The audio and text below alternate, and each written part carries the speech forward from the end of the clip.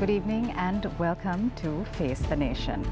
Now, Sri Lanka is undertaking a series of reform programs to recover from successive crises and build resilience against future shocks. An IMF mission team visited Sri Lanka last month to discuss recent macroeconomic developments and progress in implementing economic and fiscal policies under the Extended Fund Facility arrangement, where the head of mission said the economic reform program implemented by the Sri Lankan authorities is yielding the first signs of recovery. I'd like to juxtapose this with the fact that rural communities in Sri Lanka bear a disproportionately heavier burden of vulnerability. Tonight's topic of discussion is economic stability, fact or fiction. We invite you to join the conversation tonight. I have a fabulous panel of guests this evening. I'm so pleased to invite to the studio Professor Dr. Howard Nicholas. He's an economist and social scientist, retired professor at Erasmus University of Rotterdam. Good evening and welcome, Professor. Dhananath Fernandu, Chief Executive Officer of Advocata Institute, policy think tank in Sri Lanka. Welcome to the show, Dhananath. Thank you, Sonali. Economist Dhanusha Pathirana. Good evening and welcome, Dhanusha. And finally, Kanchana Ruwanpura, Professor of Development Geography at University of Gothenburg, Sweden, and co-founder of the Institute of Policy Economy, Sri Lanka. Good evening and welcome, Kanchana. I'll also be joined by Niresh Eliathambi, Consultant Director, Newsfirst. Evening, Niresh. And also Shihar Aniz, Executive Director, Center for Investigative Reporting. Now, for the opening remarks, I'd first like to ask Dr. Howard Nicholas. You have 3 minutes on the clock. Thank you very much, Sonali.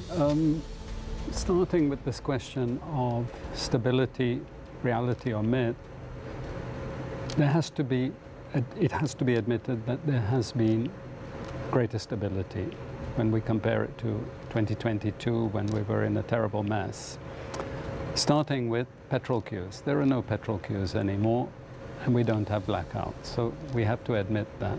However, we also have to note that electricity prices have risen by 66%, and a large number of people cannot afford their energy bills. So this is the qualification one needs to make. Second, it's true that inflation has fallen from over 90% to now under 10%. That's true. However, when inflation rose, we didn't see wages rising along with inflation. So in real terms, people are much, much poorer, especially the lower wage sectors of the society. And we have to admit that this has been further worsened by the tax increases. So there have been double blows to these people. Third thing is interest rates have indeed fallen. They were over 30%. Not loan rates, I might say. Loan rates never reached those heights. But they haven't fallen as much as expected. And one thing that we should note is that there are lots of non-performing loans. There are lots of companies either in bankruptcy or on the verge of bankruptcy. And one of the consequences we see is the enforcement of this Parata law, uniquely Sri Lankan, but devastating, especially to the SMEs. What I don't understand is why, when the government came into power, the present government, why they didn't introduce something like a Chapter 11. A Chapter 11 is what they have in the United States, where companies immediately get protection and no one can seize their assets. But in Sri Lanka, the assets immediately can be seized, and this is incredibly destructive. The last thing is, yes, we have seen reserves restored to a certain level, but we have to say that that restoration is fundamentally due to tourism coming back, remittances coming back, and the contributions of the donor community. What we are still waiting for is when the freeze on foreign debt repayments and services kicks in. So we haven't seen that yet, nor have we seen the full elimination of all the import controls. When those kick in, they're going to have a detrimental impact on the reserves. And one thing that needs to be emphasized here, the restoration of this reserve situation is not due to export earnings growth. Those have remained stagnant. And that's a very bad sign for Sri Lanka. All right, thank you very much, Dr. Howard Nicholas. Dhananap Fernando. So Sonali, in my view, the stability that we see is temporary, but there are signs of economies recovering. I mean, the main indicators are indicating, which is quite obvious, the inflation is coming down, as Professor Howard mentioned. So that temporary stability is there, but it doesn't mean that we call it like a honeymoon period. It's very temporary. It can go back to where we were, even few miles beyond where we were, if the structural reforms were not done. And that's what I think the electricity prices, inflation, tourism, export development, all these to kick in, there has to be structural reforms. What I mean by a structural reform is something that is difficult to reverse, and it's like the foundation of a building. When you have to have the proper foundation, the depth has to be enough, the structure has to be capable of bearing the weight of the entire structure. So for that, there has to be structural reforms, and that's only where the growth can kick in. To growth to kick in, I think there are multiple reforms that we need to do, and one is definitely trade. That's where we can improve our exports. But it doesn't happen overnight, because we have been hanging around this 10 billion to 10 to 12 billion exports for a long time. And it won't happen miraculously unless we do those structural reforms. And that's where I think we always get stuck. Our economy has always been either in a crisis or a stability. Very rarely we have been on the growth trajectory, and that's what is exactly missing. And if we do not gear up for the growth reforms and to grow the economy, definitely it would be very difficult. So in terms of taking it forward from there, I would suggest to grow, definitely the trade reforms has to take place. That is on exports as well as on imports, because trade is always a two-way street. There's a lot of inefficiencies taking place at the state-owned enterprises reforms that has to be reformed in multiple ways. And I agree there has to be an insolvency chapter. I think government has initiated something, but I think it's very slow to move. That has to happen. But before all three, the social safety net has to be established. That's what we have been saying, because when a reform process is going on, it will definitely affect the poorest of the poor. And as what we have seen, 4 million of below the poverty line jumped up to 7 million. So we have to take care of that 7 million before any reforms takes place. And earlier we only had allocated 50 billion, and now we have allocated about 200 billion, which is not enough at all, because it's a very small amount. So those 4 reforms is the way forward I see in terms of moving forward. All right, thank you very much. Dhanusha Pathirana. Yeah, I think now it seems to me that this the apparent stability, as we call it, that the absence of fuel queues and so on, the blackouts, is been attributed to these so-called market reforms that this unmandated Ranil Rajapaksa government has carried throughout the last 1 year or so. But I would like to argue on the reverse. Now, if we go into the specific things that happened last year, when the Aragale was at its peak, and when the blackouts were running into 13-12 hours, and queues were long for like 2-3 kilometers, I think we also forgot to mention that at the same time the oil prices shot up like 100 to 150%. It was somewhere around $60 a barrel, and at around April to May, this shot up with the war in Ukraine and so many other reasons. This shot up to nearly 140 a barrel, and then this started coming down towards the end of the year. And at the same time, you have to look at the 3 main commodities that were in short supply. That was oil, gas, and coal. The domestically utilized gas, LP gas, and coal. So, and last two was the main ingredients or the raw materials where we used to produce energy. Now, if we take the price of coal, that went up by like 8 to 10 times. Similarly, the LP gas prices, you can check it online, right? So these prices started coming down, of course, when there's a abnormal spike in world market prices. They don't last so long. And these were, I think, on top of the structural issues and also the borrowings and the foreign debt and all the issues we speak.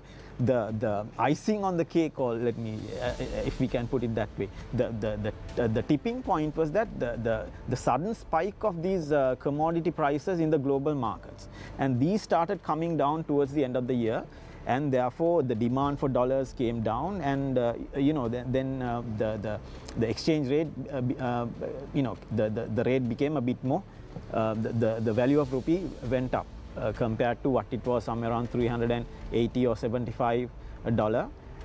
Now it has come down to this level, and there are other reasons also. So and also people had some more confidence because the foreign exchange availability also increased. Now this has nothing to do with the reforms. This is what the point which I'm trying to raise here.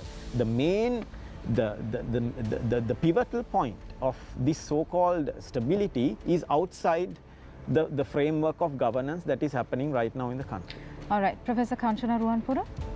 Thanks, Sonali. So I guess I'll pick up on the point that Dhananath made, that we've done structural reforms to have growth, but to me, the structural conditions are also about structural inequalities in the country, right? And so in a sense, this discourse on stability in the country, if you kind of go beyond the numbers, the macroeconomic indicators, comes across to me as being quite oblivious to the deepening of income inequality, worsening poverty, and the multidimensional vulnerabilities which has been identified by the UNDP in 2022. So in a sense, we need to kind of really unpack a lot more what does this stabilization in Sri Lanka actually means when it comes to the people of the country, right? And to me, this cuts across all class spectrums and not just those who are quite privileged. The UN resident coordinator towards the end of last year, Marc-Andre Franch, he remarks that in 2022, interest payments on public debt accounted for more than 3/4 of total government revenue that went, and total more than what went to public expenditure on health and education combined. So this gives you a sense of where the money is actually going. It's not really coming inwards into the country, but going out. And so the effects of this debt crisis then has to really focus more than on growth, stabilization, macroeconomic indicators, to also pivot on equity issues.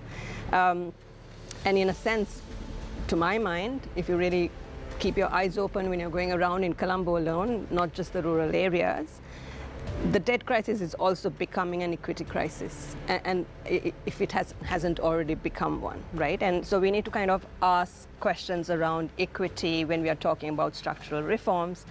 And so, as somebody who's worked on feminist issues around debt crisis, economic crisis, one of the things is that economic crisis also tends to be highly gendered. So the impacts on men and women are quite different. And in the case of Sri Lanka, this means neglecting 52% of our population, or not paying enough attention to 52% of our population. So is it growth vis-a-vis equity, or growth and equity that we're really talking about?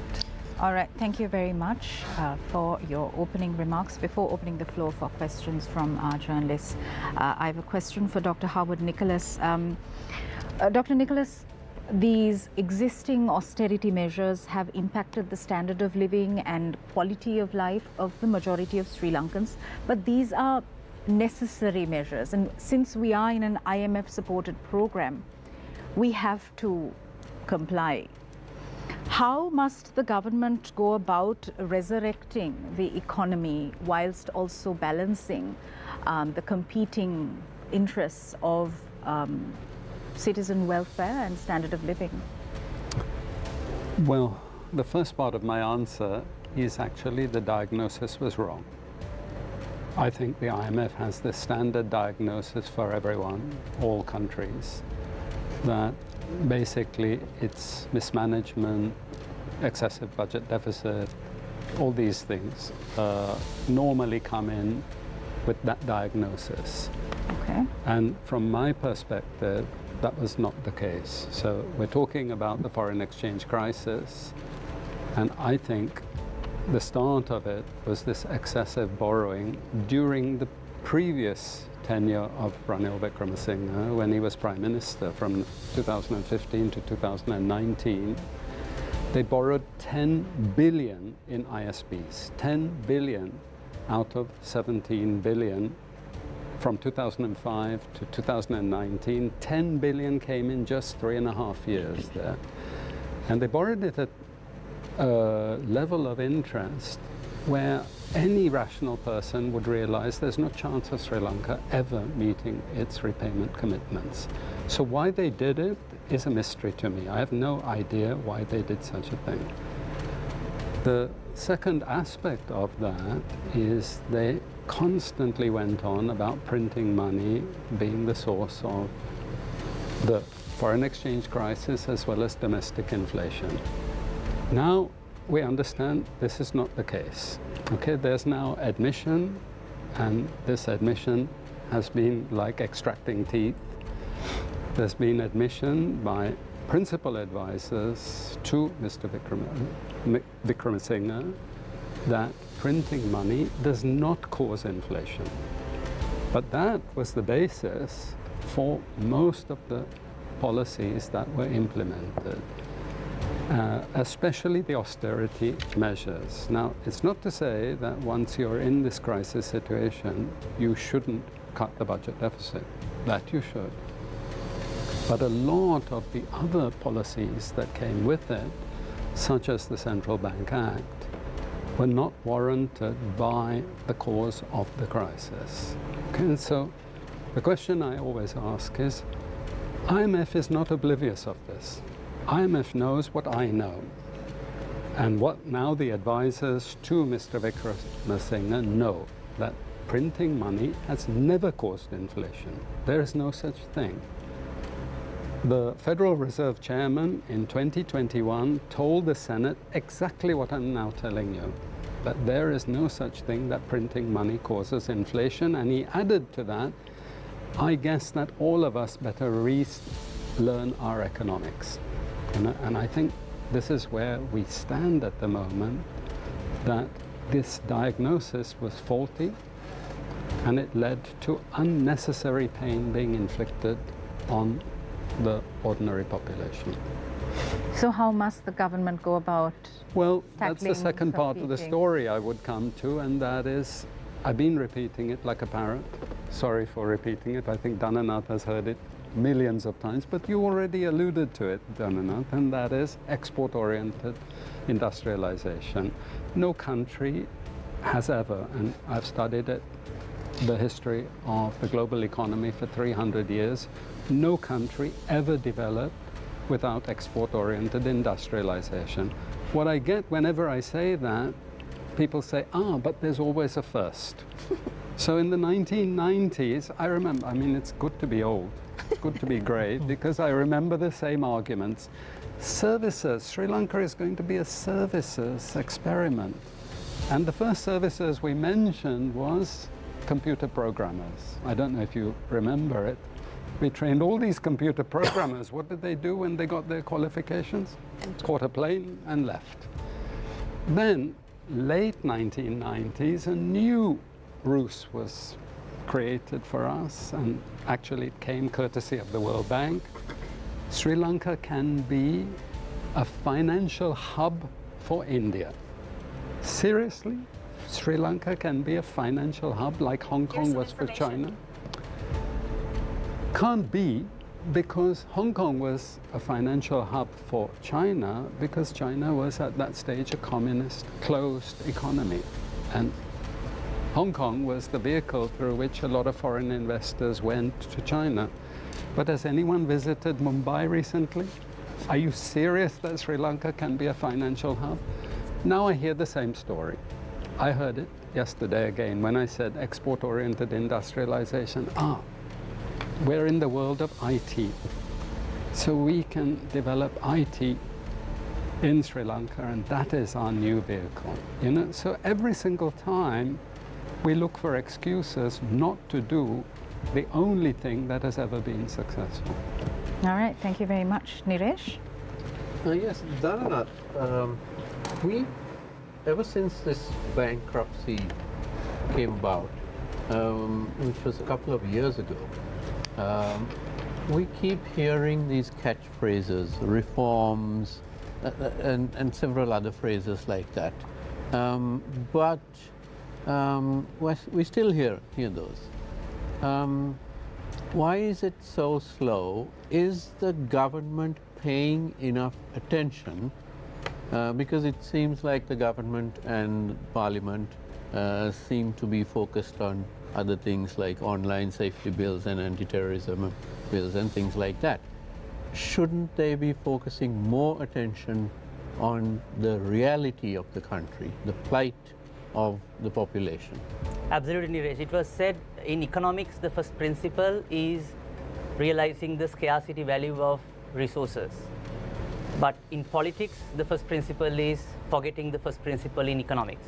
So I think that's what is taking place. That's why for reforms it's slow, and of course it gives a massive negative signal when you bring bills like online safety bill, because the market is going to completely get confused when you have such negative signal. So I think that's one reason the reforms are slow under any government, because you're always prioritizing on your political agenda, keeping the economy aside. However, I just wanted to quickly, while I agree on the export side, the truth is, that's what I mentioned, the structural reforms are needed. If we are serious about export growth, about 95% of the BOI lands in the Western province are already occupied. So I, as a joke, say even Elon Musk comes, he doesn't have a land to invest. So without having that land ready, there is no way that we can grow exports. I'm not talking about like the private land. And the BOI hasn't done a single project, I think, for the last 8 years. That's one side. And on the other side, in terms of utilities and supply, it was quite weak. So there is no way, even if we want to bring the manufacturing and get it going, there are no lands available. And on the other side, there are about 16 licenses that you need to get if you were to run a FDI. And once I met an investor, he said, to get those 16 licenses, if you run it in full speed, it will take 2 years. If you run it in full speed.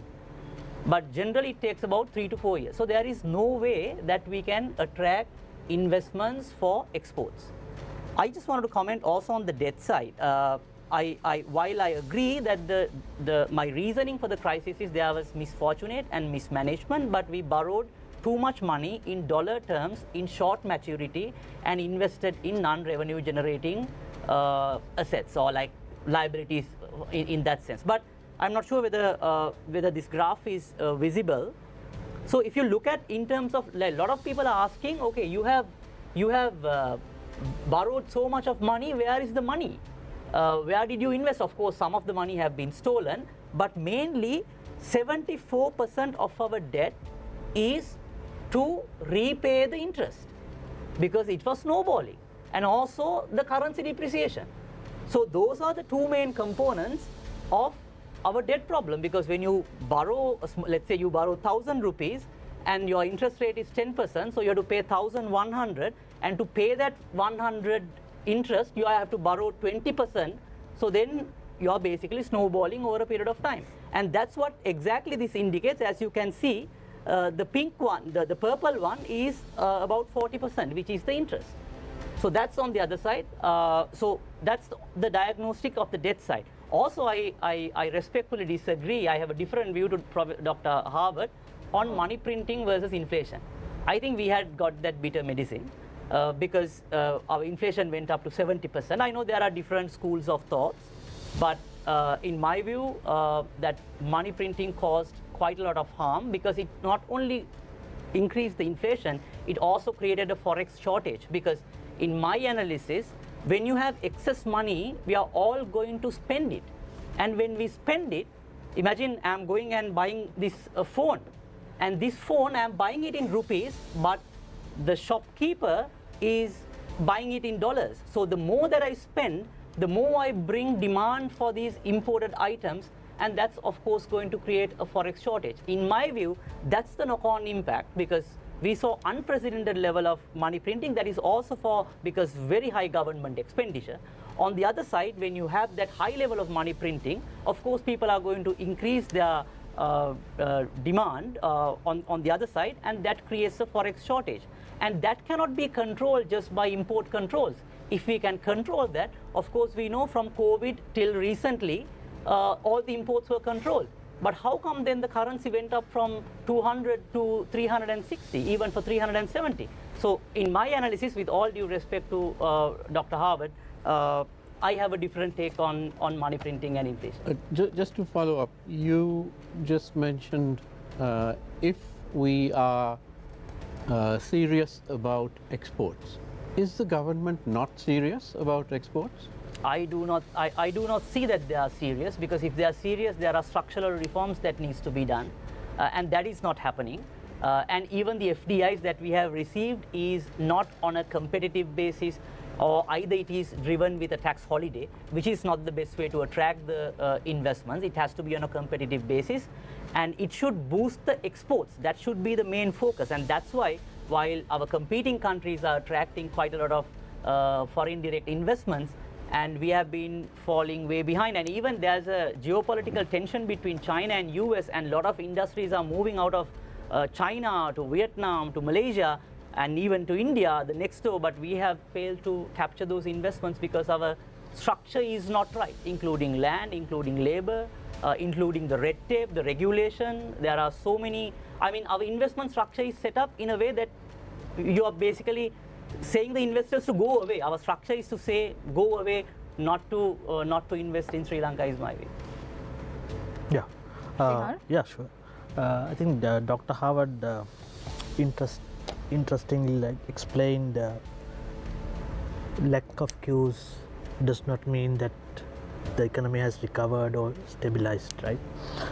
But in terms of macroeconomy, we see interest rates are coming down, the reserves are picking up, and the private sector credit is growing, right? And also the money printing is not there anymore. In your words, Doctor, and even Dhananath, you can answer. In your words, what does where have we missed the bus, or what have we done? What have we not done correct or right? Well, the most basic one is, as I said, we have not consistently followed an export-oriented industrialization strategy, meaning producing manufactures for export and making sure that local companies are involved. You see, we also constantly keep talking about FDI. FDI without local companies leads nowhere. Foreigners are not just going to be producing and exporting and your economy growing unless you include local companies. All you have to do is look at the successful East Asians.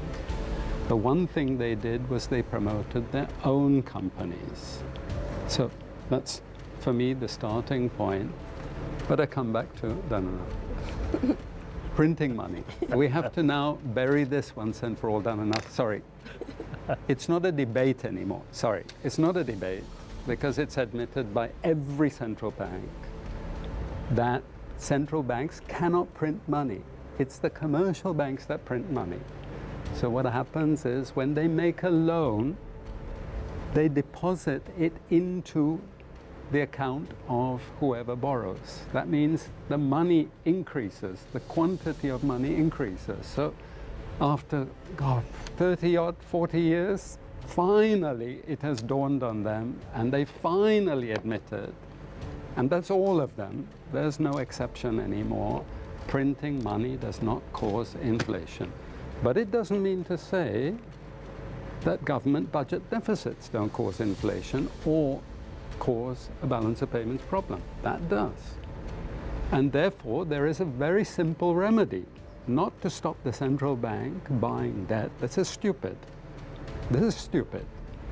The remedy is you put debt ceilings. All the countries do this. And then you say there has to be a 2/3 majority for you to change that debt ceiling. This is a democracy. If you have an authoritarian regime, it's a different thing. But so we have to bury this because we are damaging our whole financial system with this central bank act. You know, and it's based on a complete misunderstanding of the source of, let's say, the forex problem and inflation. Okay, so I think, you know, I've at least convinced 3 of the advisors to the government to please go to the central bank sites and read the most recent take on inflation by these central banks who were, you know, always talking about printing money causes inflation and so on. Sorry, so in the interest of time, I'm going to interject, and for the benefit of our listeners and viewers, in Sri Lanka, the money printing authority is given to the Central Bank of Sri Lanka by Monetary Law Act number 58 of 1945. So yes, this money printing issue, which was a very political decision, has caused much controversy and hardship to Sri Lanka. I would like to park this issue now and move on to our topic of discussion, which is economic stability, fact or fiction, myth or reality. Kanchana, when we speak about the nexus between development, strictly speaking, the dictionary meaning of development, and welfare, in your opening remarks, you said that women are disproportionately impacted by the multiple crises. Could you take us through the gendered nature of crisis and how policy should address it? Because at the moment, I don't think there's much addressal of the gendered nature of the crisis. So let's collectively try to also, whilst identifying issues which we already have heard of so many times, also try and point to solutions, which is what I'd like to ask of our guests. So you want me to start first? Yes, please. I mean, I guess, yes, to start with, there is no recognition that the debt crisis is also a gendered crisis. I mean, I haven't heard that. It's very few of us who've been interjecting and trying to make this point. So to start with your question, does development neglect welfare, or do you have to have development to have welfare, right? Correct. I'm paraphrasing, but okay. So to me, and perhaps I was initially trained in economics, I would have a more expansive understanding of development. Development is not just about growth or economic growth, as Dhananath kind of emphasized. This is an important aspect, but this is not the whole story. I mean, if you actually take Sri Lanka historically, and Harvard would know this, Sri Lanka, like Kerala and Cuba, was always upheld as examples of countries that have low economic growth but high social development. So it is actually very possible to have robust welfare mechanisms in place without necessarily having this high economic growth, so to speak, right? So the gendered nature of it is, if we kind of take this very small thing, let's say electricity prices have gone up. You all pointed this out, right? I mean, it was pointed out by Harvard, etc. You take this from the national level, where everyone of a particular class in Colombo don't complain about, they're saying they don't have, they have electricity. Yes, you have to pay a price, but at least it's there all the time. We forget the fact that a significant proportion of Sri Lankans no longer have access to electricity, right? And this can affect households in different ways. So if you take a household of a low-income household, no electricity means usually families are kind of scrambling to see who can study, who gets the lamp and all this kind, for instance, right?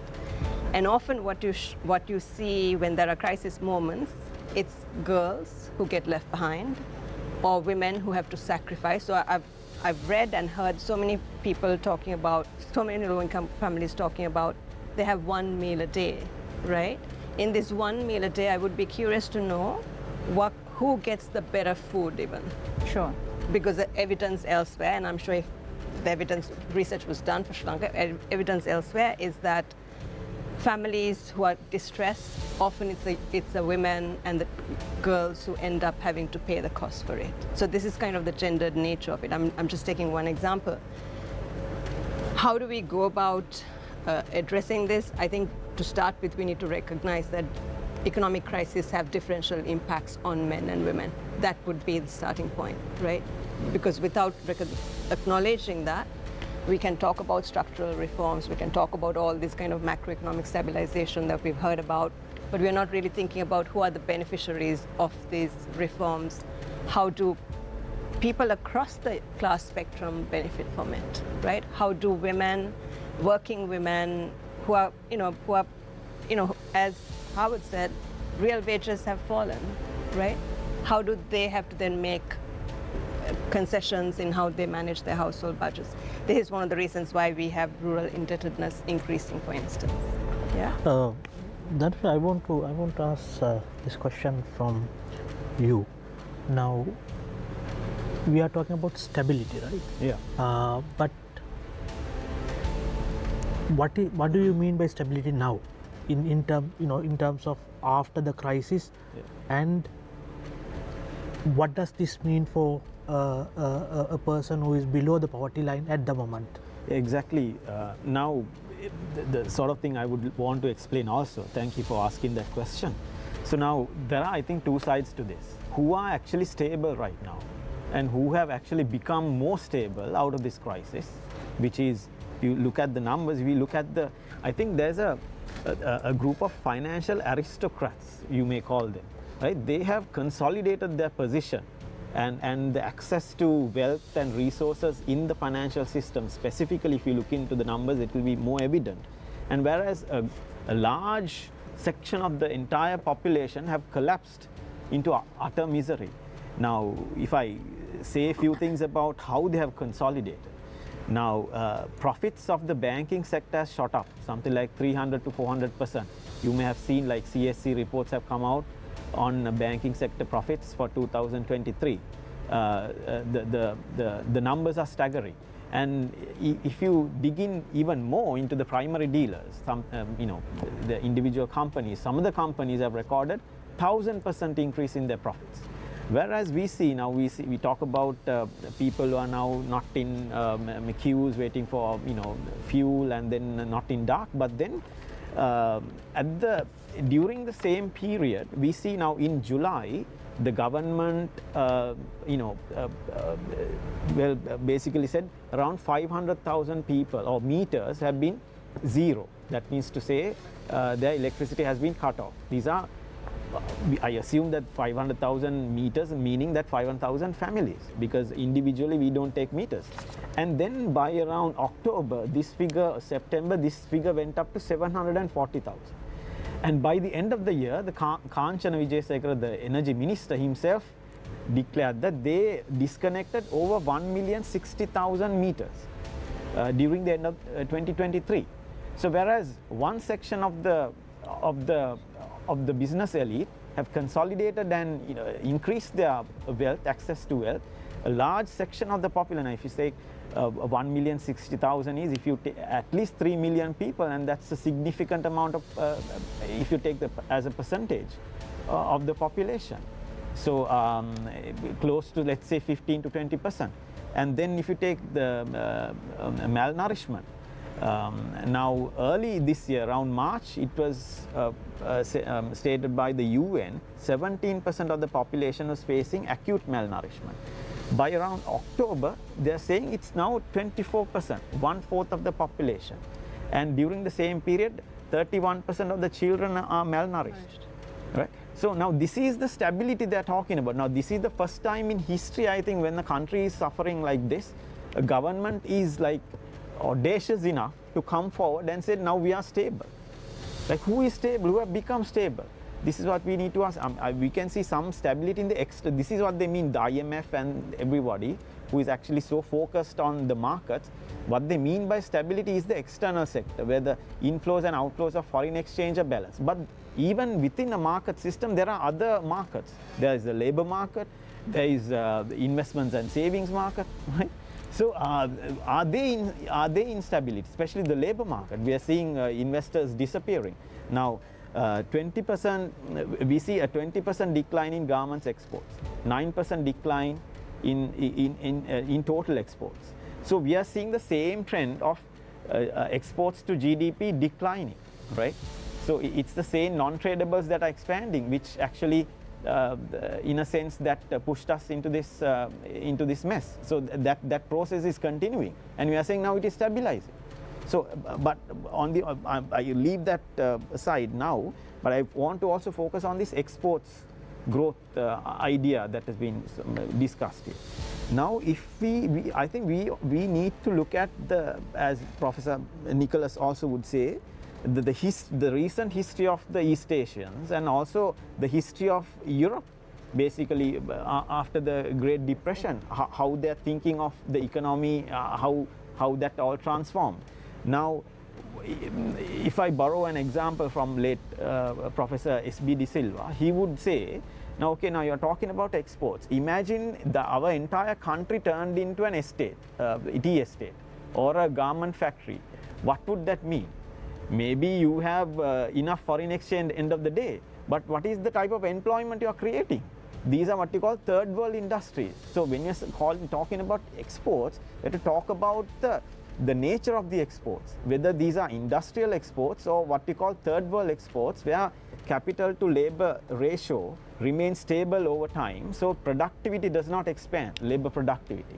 We need to bring in productive systems that combine with scientific knowledge, and that is not the case when it comes to Sri Lanka. We can't just speak about exports. Speaking about exports, you have to talk about its composition, and the current business elite, where a common problem in the third world, are incapable of making that transformation, because industrialization is a network of whole heap of industries. Now, if you take, say, producing a machine, it would require 150 component parts. So one industry leads to 101 other industries. So to supply that, you need a whole heap of integrated industries. Now, in the history of East Asia and also Europe, especially after the Great Depression, they came to this understanding that if you leave everything to the market, everything will collapse, right? There a huge section of the population will be left out, who will not be able to reproduce themselves as they would want to. So the state played a major role in industrially transforming the systems, where later on the private sector got used to that structure and you know, then followed that framework of investing, or framework of production. Now, this is the exact same thing which IMF and these Bretton Woods organizations, which actually propel economic imperialism in very subtle ways. They're posing it as like very liberal and this is good for you, not like the earlier forms of imperialism, where, you know, you bomb and invade a country and then, you know, take over their the economies and then exploit. But this is a total very subtle way of doing things, the debt and so on. Now, all this debt comes to all non-industrialized non-industrial infrastructure projects, which do not ultimately compete with the industrial structures of the developed capitalist countries. So we need to, the whole aim of these economic policies is to crush a state that would take you a path in a form of development that would challenge the established capitalist centers. So a state needs to understand what has happened in the history. The governments needs to understand what the developed capitalist countries, they themselves have done. They have not just opened up the market so that the export would just grow. All right, thank you. Yeah. So from theory to practice, Dr. Nicholas, if I could have your perspectives on privatization of strategic industries, is it being prioritized correctly? How do you view this concept in Sri Lanka at the moment? Well, I'm not averse to privatization per se. There are lots of state companies that are run inefficiently and are actually corrupt. I mean, they're actually there for various MPs to produce whatever they want to produce.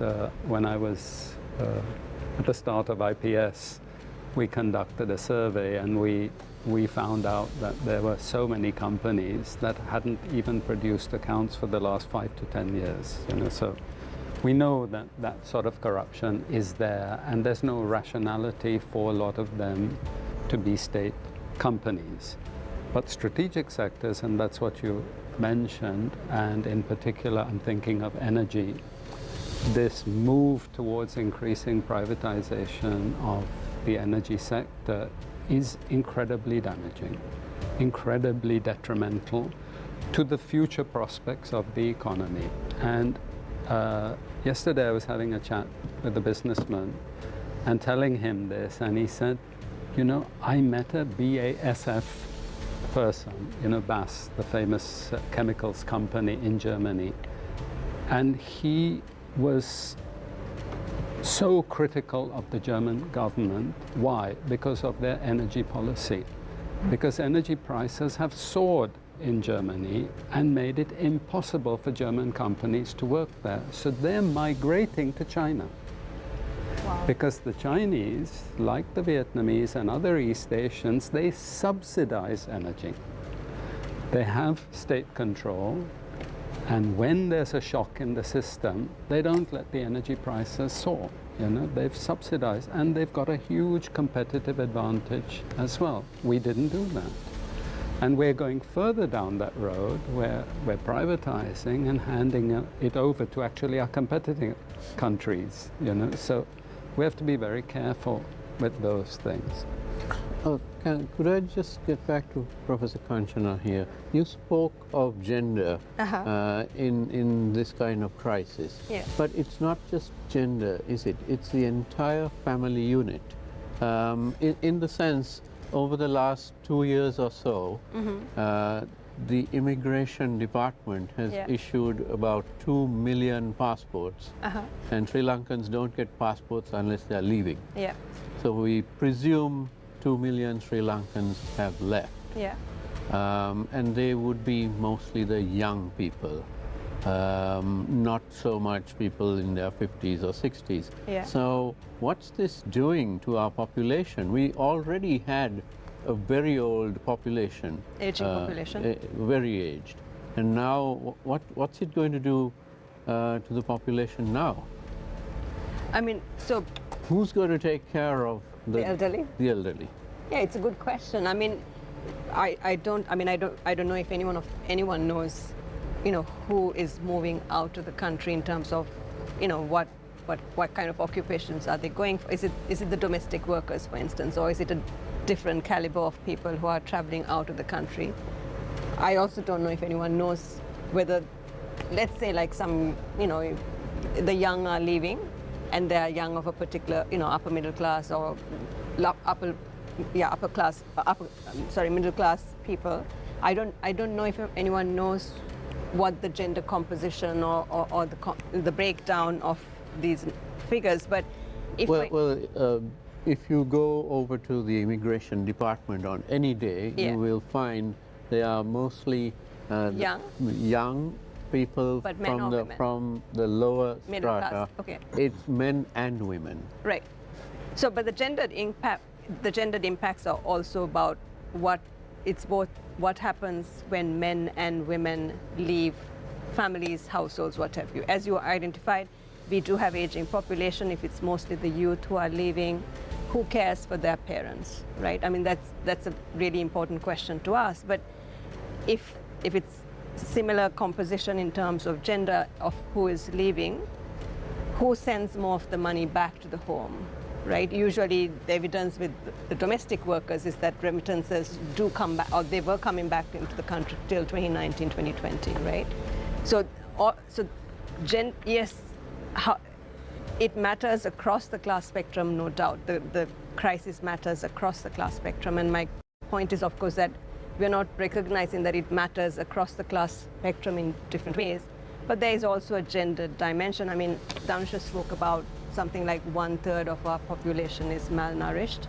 If you look at probably the gender decomposition of this, you will find that there are differences between how girls and young boys are affected, for instance, right? Or how women and men are affected. But yeah, at one level, yes, it is a crisis that affects everyone, and it affects everyone in very differentiated ways. So this stabilization discourse helps a particular group of people, which Dhanusha points out, as Harvard has done. But what about all of Sri Lanka? What about all of the Sri Lankan citizens? But I mean, perhaps Harvard or Dhananath or Dhanusha knows more about perhaps Dhananath, you might have data on who's migrating and why and things like that. Do you? And if you do, then you should shed light for all of us, I think, for all of our benefit. Dhananath, I would like to ask, you spoke about structural reforms, which will be the key, to come out this crisis. In the fairness of government, now government is doing something, right? And it takes time. You yourself said it will take some time, and people will have to go through pain, some or the other time because of these structural reforms. So in that context, how do you see the stability? I mean, the duration of the stability, and how long will it take if this policy work well? So as I mentioned, the stability, Shiar, I see it as, stability in the sense, in what sense are we looking at is the first question. So as I mentioned, it's a very temporary, queues moving away and things like that is what is there. But I think even if we, in 1 year's time or 18 months' time, if we fail to do the structural reforms and kick the growth in, we will drift back to where we were, is my estimation. But the importance of the structural reforms is, let's gear to the solutions in. So Professor Kanjana spoke about the gender, the disparity and how the females have been badly affected. On the other side, because of the high energy prices, how with the electricity prices, how this has affected. So let's see how the structural reform can actually address that, because we have to use the right tool. Now let's say because of the high electricity prices or high fuel prices, if I recommend to give a government subsidy to electricity and to fuel, let's see who is getting benefit. Since Shamir is not here, let's get Shamir to this. Shamir drives let's say a BMW, which the fuel consumption is for 1 litre 5 kilometers. We all know these heavy vehicles where the parliamentarians drive, fuel efficiency is very low. So 1 litre 5 kilometers. Where I come in a motorbike, where for 1 litre I can drive 30 kilometers. So imagine a government give a subsidy, let's say 100 rupees for each fuel litre. So for me, for 1 litre I get 100 rupees, which I consume within 30 kilometers. So for 1 kilometer, 30 divided by 100 divided by 30, about 3 rupees subsidy that I get. But look at what Shamir gets. He is getting more, because for him to travel the 30 kilometers, he has to spend like 5 into 6 liters, which is 600 rupees. So by reducing the prices across the board, you are basically benefiting the people who could afford it.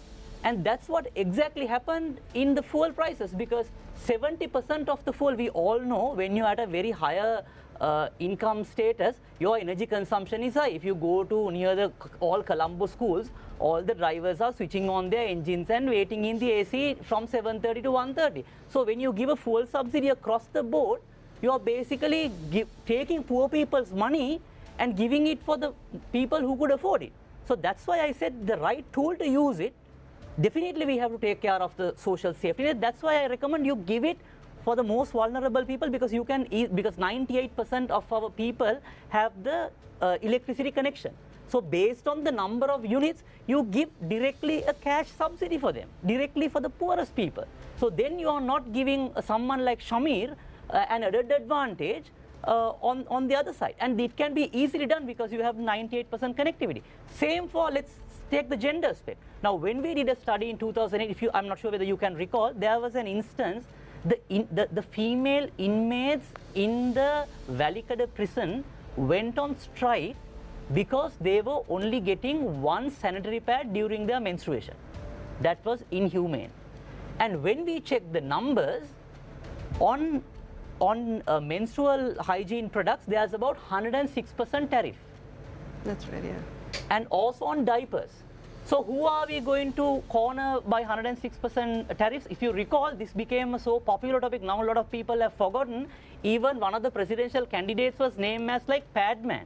And even the opposite side, even the other political party, I don't want to mention names, they also admitted that we should bring down the tariff rates. So that's how the cost of these tariffs is causing a lot of poverty. And the same thing that I spoke about, even if you get cost of construction, which is about 40% higher because of these high tariff rates, and that is costing higher room rates on tourism industry, you are having a knockdown impact. So that's why I recommend that we recommend that you have to address this with structural reforms on trade, because the tariffs has to come down. If Shamir is here, he will witness how difficult it is to trade in Sri Lanka. I mean, you have customs with all sorts of tariff structures where no one knows what's going on, and no one can answer those questions like how the tariff rates have been calculated, and the effective tariff rates are about, for steel, when we checked about, it's 82%, for cement it was about 40%, for wall tiles and floor tiles it was at one point at 108%. So how are you going to, even a small person, to have a small squatting pan and build a small toilet to expand their business? How are they going to do that? So that's why the structural reforms are important on one side, to bring down the cost and to grow the economy. On the other side, that's why we have to have the social safety net to address that electricity problem, that fuel problem, because bringing even to attract the investors, because now we are basically taking from the industries and giving a massive subsidy on the other side. That is basically hampering the industries on one side, and we are losing the investment on one side. And also, if you look at the losses of Ceylon Electricity Board and the Ceylon Petroleum Corporation, is unbelievable. I mean, we are talking about 200 billion allocation for social safety net. The Petroleum Corporation for 8 months lost 600 billion. That is 3 times of the entire social safety net allocation. That is after this increase, after this budget. Earlier it was just 50 billion. So how fair is that on the poor people's side? So that's why we recommend that these state-owned enterprises, you have to definitely restructure. On the other hand, you have to address it with a structural reform on having a cash subsidy or like a cash transfer system directly, and this amount is not at all adequate. And we have 7 million people below the poverty line, and it doesn't mean no other 13 million are having, you know, a good life. They are basically just above the threshold. On the other side, let's take even the food items. Now, I know a lot of people say apples and oranges, why do we import and all that? If you go and check the prices of oranges and apples, people think these oranges and apples are being, those are consumed by the Colombo elites. Just look at where these products are being sold. It's in front of the National Hospital, or it is in front of the Matara bus stand, or it is in front of the Peta bus stand. People like Shamir who drives BMW doesn't go to the Peta bus stand. It's a common poor people who go and buy this because they can't afford the mangoes and other products. So by having this discriminatory system, we are basically worsening the poverty, and that's why we have to address it with a structural reform. And without those structural reforms, this cycle will repeat. We will drift back to where we were, and we will have the same conversation, and probably the same reforms will come up. And that's the reason. And even if you look at the East Asian example, I would like to show you a very quick, easy chart. These are the trade agreements from Thailand, Vietnam, and Sri Lanka. So Thailand, 1, 2, 3, 4, 5, 6, 7, 8, 9, 10, 11, 12, 13, 14, about 14, right? Vietnam, about other 13. Sri Lanka, 4. Even the Singapore Free Trade Agreement, it's not in a workable form. But it doesn't mean only the free trade agreements that drive imports and exports. It is a simplification of the tariff structure. It is cutting down the red tape, because you are basically cornering the micro and small medium enterprises on exporting. I met a vanilla exporter from Manikin who came with a backpack with his export products coming from Manikin in a bus. I asked, what should the government should do to improve your exports? He said, the best thing that the government could do is not to intervene. I know, because I have a market, I am earning about $2,000, $3,000 a month, but the government tariff structure and their certifications in their registrations is completely drying out my business. So that's the structural reform that we need if we were to move on the export side. That's why I said even it is not the big investors. It is even a small investor like that Manikin vanilla exporter who probably exports about like 100 bottles of vanilla plant to Germany. It is that the government red tape that is stopping him. It is not anything else. Even for the big investor, it is the land problem. Now, Dhanusha, you mentioned that about 1/3 of Sri Lankans are now malnourished. Yes. Children. So, and those are the official figures, of course. Yes, UNDP figures. Yes, they're not figures that we plucked out of the air around this table. Those are official figures. Now, let's get back to this term stability. As long as that figure keeps increasing, there is no stability, is there? And you know, 1/3 is extraordinarily, alarmingly high.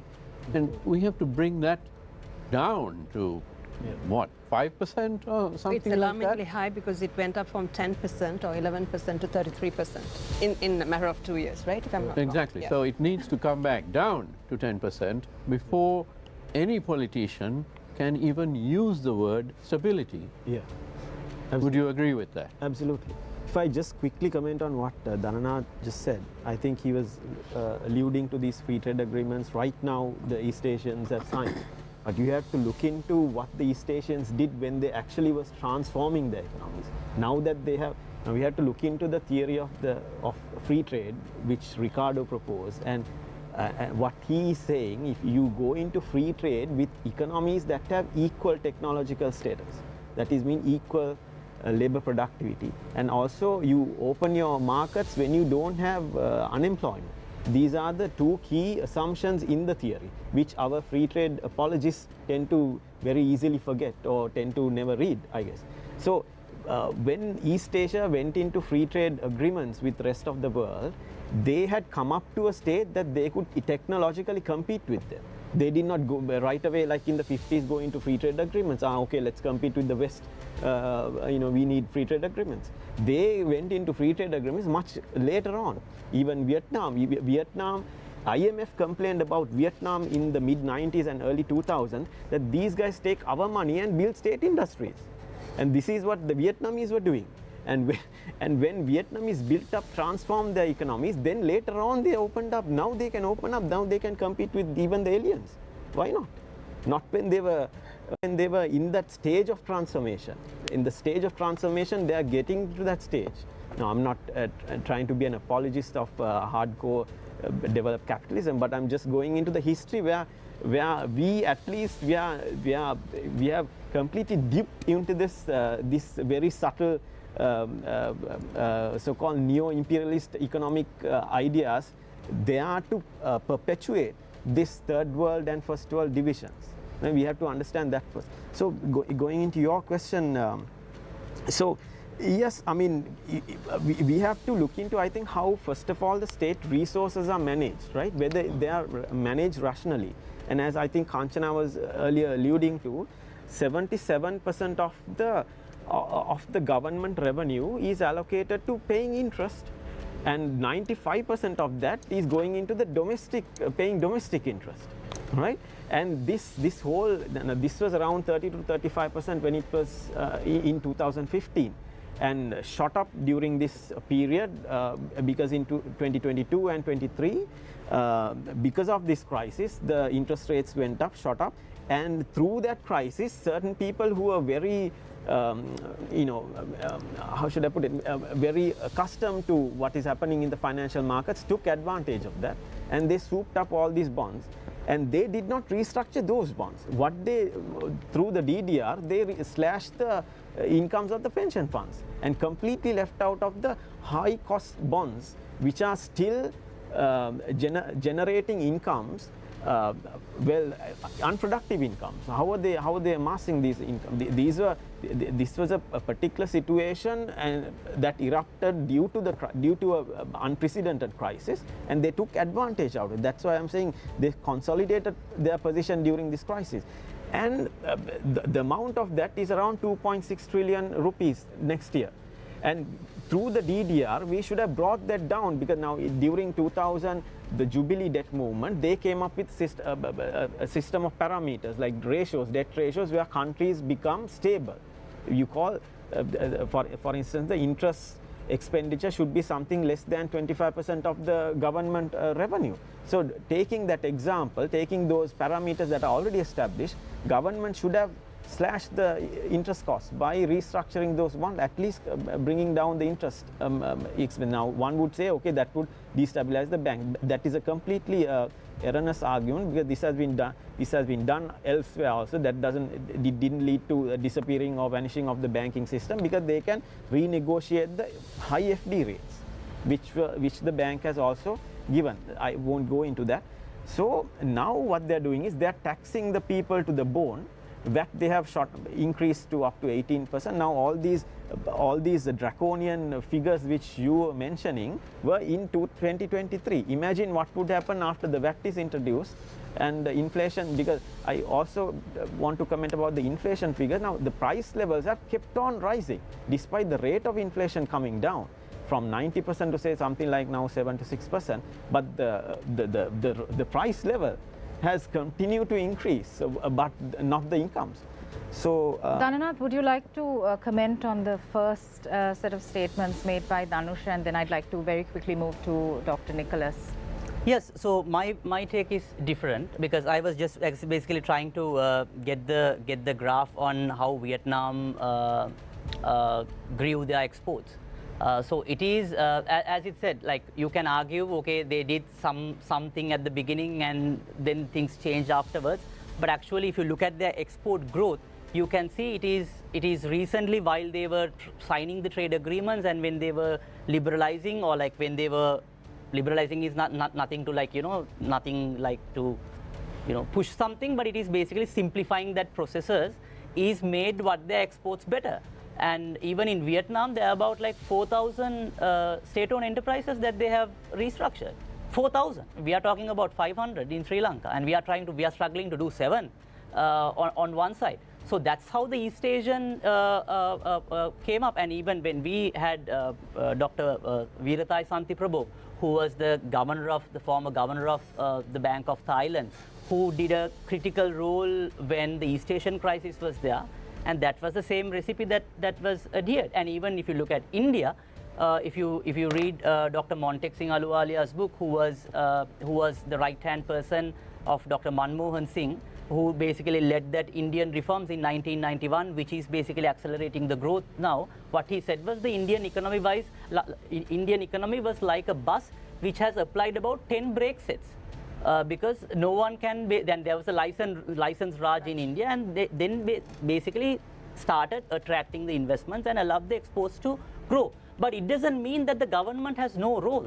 Definitely the government has the role to regulate, because otherwise, and I think a lot of people have this perception that the market system is you do anything that you do, someone else doing something else. No, the government definitely has a role.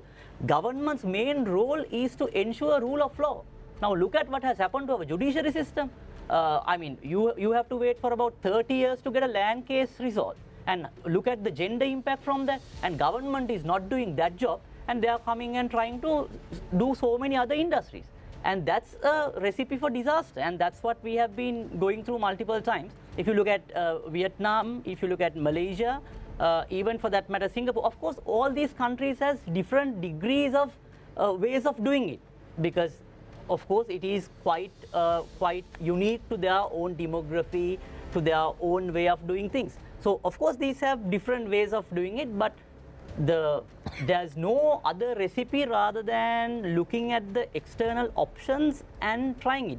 And on the other side, the government can support, definitely. That's what I said, the government has to support by allowing the people to work, because countries are developed not by the government, so governments are representatives. It's a private individuals. You and I have to work and then develop the country. There was no country that was developed by a magical Diyasen Kumara or a magical leader. It is the people who has to contribute to the development. But what government could do is allowing the people to contribute. Like for women, 52% of our women labor force participation is very low. So we have to allow them to contribute, and then only we can move as a country. I will try to show that graph as soon as I figure the graph. Sure. Can I Thank quickly you. make a quick comment about Sure. this? Now, before you export, you should be able to produce, first of all, right? Before you can't immediately enter the export market, specifically in these high-tech or very sophisticated products. What the East Asian governments did, they made the initial investments, they made the initial change in the mode of production, and then private sector sort of absorb those impulses to change their own mode of production, and then only these free trade agreements were signed. Then these exports expansion happened. But there's a whole history before that.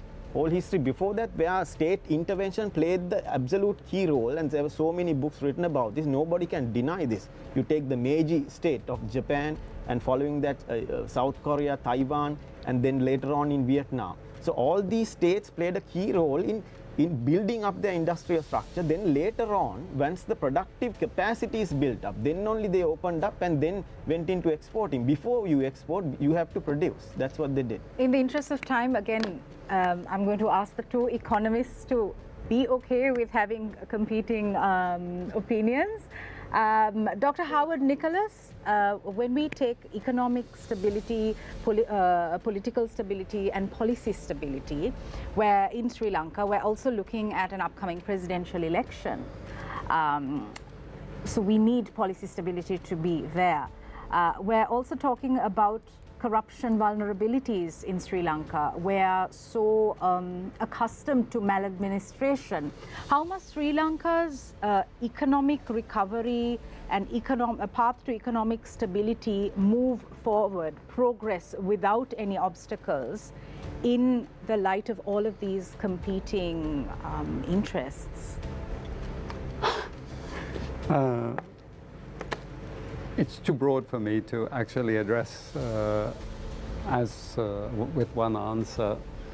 But if someone came to me and said, give me a couple of things that you think are really important for policymakers to address in order to push the economy forward, apart from what I've discussed with interest rates and the Central Bank Act and all the rest of it, so I won't labor that again, there are two things I think that are absolutely vital. One is food production.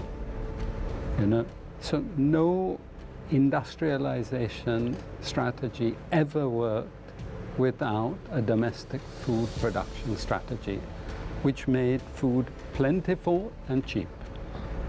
And at the moment, we're far away from that, and we're destroying domestic food production by allowing all sorts of imports. Now, we're doing that because actually we've created a problem for ourselves.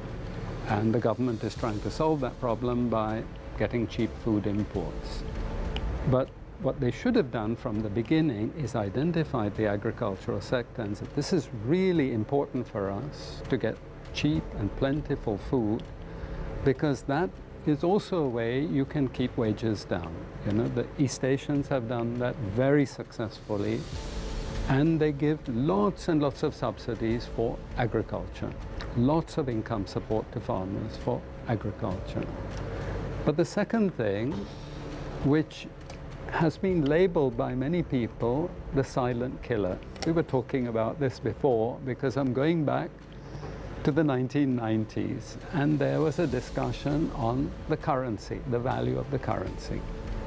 Now, if you go to the central bank's report, they say it's fine, it's competitive, and the governor has repeated it many, many times. But I asked some business people who told me the same thing, but actually were confused because they were suffering. They were suffering, they were being damaged in the export markets. I said, have you looked at the McDonald's index of Sri Lanka's rupee value? The McDonald's index. It's in the back of every Economist magazine, and you just go to the site. Against India, we are 55% overvalued. 55% overvalued, and we have a free trade agreement with India. This means every business has to reduce their costs. So the prices do not match.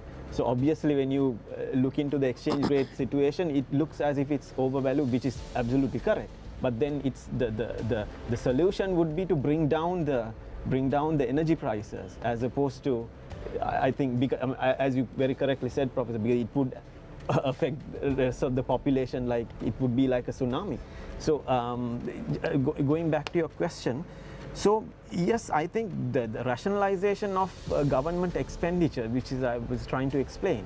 I mean, even at a situation like this, where 1/3 of the population is like, suffering under immense economic pressure, the government has a week ago increased the food allowance and clothing allowance of the military by 75 billion. So, I mean, a humongous amount compared to what the social security spending is, something around 180 billion.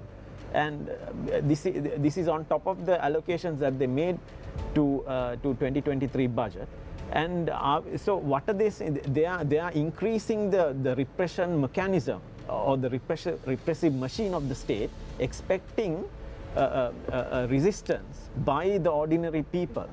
And this is what they're doing. They're passing laws, one law after the other, suppress people's free expression and right to protest, right to resist, and also now strengthening the machine itself that would crush the resistance that is I don't know, I mean, would erupt at any moment. So one thing I mentioned was to reduce this interest expenditure, which is highest in the world, 77%. Second in line is Ghana, somewhere around 44%.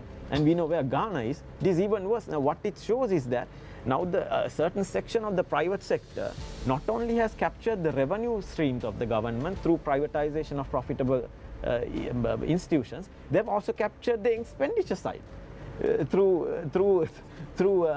interest expenses, right? So we need to shift that. We need to look at how in the system the income distribution is happening. So this has through the crisis, they have consolidated. There's a redistribution from the normal people to a section of the corrupted business elite in the system. So we need to address that problem. Secondly, I would like just quickly mention this. We could say, in a way, I am also pro-privatization. But what should we privatize? We should privatize the unproductive, wasteful assets of the government, like these luxury vehicles, right? Now how should we do that? Now there is a re-export mechanism in a different way. There is a mechanism for re-exports of used vehicles in Japan. Now what are they doing? They use the vehicles and they send them back, send it wherever they want in the rest of the world. Now how can we say these luxury vehicles that are actually eating into the foreign exchange, fuel, spare parts, you name it, will not be purchased by someone else outside the country? Because these are super luxury vehicles. You can re-export them and use that is, you are transforming an unproductive assets into foreign exchange savings, and then you can channel that. Right. You then extend this to the private sector also, if that is successful. Our topic of discussion tonight was economic stability, fact or fiction, myth or reality. I'd like to now close the discussion for our closing remarks by our four eminent panelists. I would like you to focus on tonight's discussion since 9:40 p.m., focusing mainly on the fact that we have austerity measures in place which have impacted the standard of living and quality of life of the citizens. But as to be solution oriented, how must policymakers use data, use science, use the expert skills and knowledge to ensure holistic and inclusive policy responses to enable citizen-centered sustainable development? And how must citizens be more engaged, more involved, have more agency in the policies that are made for their betterment? I'd like to start off with you. Well, I've always been in education, and recently, because of the forthcoming presidential elections, People have asked me, so what advice would you give the government, etc.? My answer is, I wouldn't give the government any advice. What rather I would like happen is that we should be able to give some education to politicians. We should be able to explain to them some of the fundamentals so that they can take more informed decisions. And it's not just the politicians, but also their entourage, if you like. Because at the moment, these decisions are just whims, you know. Today they listen to one person, next day they listen to somebody else. And I'm of the view that they actually do have the interests of the country.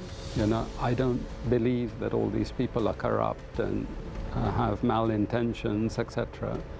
But what I do believe is that, especially when confronted by, let's say, foreign institutions like the IMF and the World Bank and so on, they get bamboozled by all these concepts and all this jargon, and it appears that these people really understand, so they go along with lots of the policies. Now, I think that's where, for me, one of the problems lies, is that there is a lack of education of our leaders of, let's say, the fundamentals, so that they can make a discerning decision about what policies to implement and what they should push to the side, if you like. All right, fabulous. Thank you very much, Dr. Howard Nicholas. Professor Kanchana Ruwanpura, your closing remarks. Thanks, Sonali. So, Dhananath quite a few times mentioned about how we need to have social protection and that needs to be robust. One of the things that, what we have with Asvasuma, which follows on from Samurthi, is a targeted welfare system. But globally, there are calls for universal social protection by 2030, which is only 6 years away from now. And this is to implement and achieve SDGs. You talked about sustainable development goals at the start. In some of these discussions, we haven't really touched upon what, are we even working towards the SDGs? What SDGs are being neglected? Who do we leave behind?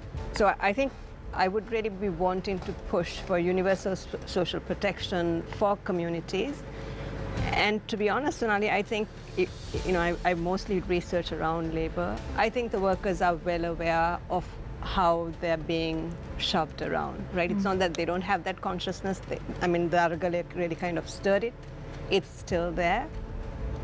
The point is about nurturing that and honing it in the same way Howard was talking about politicians. For me, the agency of the citizenry is also equally important, but that does mean giving them the space to let their voices be heard, right? And this is against the backdrop of what we talked about, acute food insecurity among Sri Lankan households, inflationary pressures undermining the projections of increased projected poverty, and input shortages, which is affecting livelihoods of both some of Sri Lanka's most vulnerable, the daily wage workers, which is about, I think, 2/3 of our working informal sector, 2/3 of our informal sector, but also smallholder farmers, right? And against the backdrop of real wages, we have to be cognizant that if we are serious about both equity and heading towards sustainable development goals, we really need to be kind of changing tacks and thinking much more broadly. Structural change in terms of recognizing structural inequalities as well. All right, thank you very much. Dhanusha Patirana, you're a very critical panelist. I would like you to perhaps channel your inner hopefulness and look at possible solutions, the way forward from the multitude of crises that Sri Lanka has faced. Yeah, one thing I would like to say is that we can actually learn something from Argentina, how they handled the debt crisis post-debt crisis in 2001. They actually did not abide by these IMF conditions. They negotiated directly with the creditors, if I say that, and got a 70% cut on their debt, right?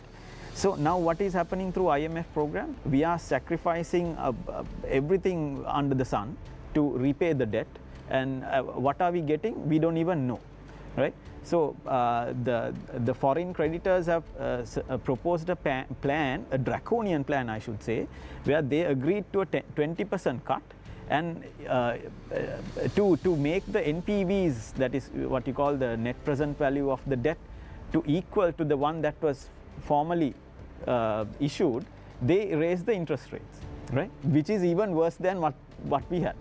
So they raised the interest rate something like 6 to 9%, as you might see. So whereas what happened in Argentina was that the government declared, look, most of the debt that has been borrowed is odious. In a way, what they said was, look, this has not been utilized in a way that benefited the public, which is the same story which our Auditor General's department is saying. 67% of the debt that was externally borrowed between 2006 to 2021 does not reflect in our assets, but they were borrowed for that purpose, for investing in state projects. So to give you an example, the Southern Expressway was $6 million per kilometer. The expressway between Oman and Saudi Arabia was less than $1 million per kilometer. This was built 10 years after that. So you can take inflation into account. You see what has happened is far worse than what the numbers would say. So we need to take these things into account. Dhanusha, that wasn't very positive, but okay. Dhananath Fernando, if you could, in your closing remarks, also touch on the importance of trade and investment, seeing as that Sri Lanka is going into a very expeditious process of trade and development in terms of entering into free trade agreements, etc. Sure. First of all, I'm also saying that we should not go to IMF ever. The only way that we could do is to having an economy which is functioning well, and that's the only way that we could going back to IMF. Otherwise, the 18th program is very close by. The only way that we should avoid going to the IMF is the structural reforms that we need to do. We should not allow the state-owned enterprises to make losses, because then it will have a multiple impact. We should get our social safety net right. That's the only way that we can make sure that our poor people have an equal chance to come back and contribute back to the economy. We should allow our investors to come, even for the smaller people, to contribute back to the economy. And that's why I am critical that the government should not intervene in business, because if you allow them to intervene, they will bring something like the online safety bill to the rest of the industries as well. And I will rest my case with what happened in Japan, because Japan, when they grew, they had this very powerful ministry called JITI. They were the one who were deciding which industry who should do. Do you believe that that same JITI said to Mr. Toyoda that this car industry won't work? And he took the courage and he built the Toyota on his own. And the rest is history. And that's why I'm saying the best thing that the government could do is just stay away and allow the people to do their own business. And we should do the structural reforms, and structural reforms are focusing on that. And when we have that, this is the graph of what happened to the Vietnam exports in the left-hand side. As you can see, from 2008, it is picking up. So that's the power of the structural reforms, and that's the only way that we could avoid an IMF like what India did. They went to IMF in 1991.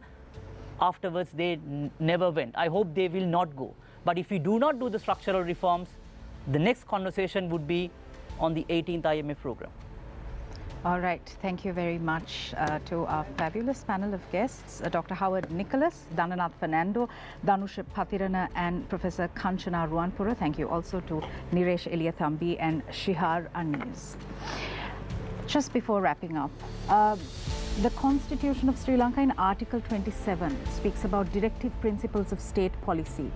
And it says, and this is important, to be read out at 11:20 p.m., on a Wednesday. The state is pledged to establish in Sri Lanka a democratic socialist society, the objectives of which include the promotion of the welfare of the people, the realization by all citizens of an adequate standard of living for themselves and their families, including adequate food, clothing and housing, the continuous improvement of living conditions, the rapid development of the whole country by means of public and private economic activity, the equitable distribution among all citizens of the material resources of the community, and the Constitution goes on. We have stressed throughout this program the importance of instituting inclusive policies and strong support mechanisms to pave the way for greater equity and inclusivity. Economic stability, fact or fiction, myth or reality? Let's wait and see. Thank you for watching us. Good night.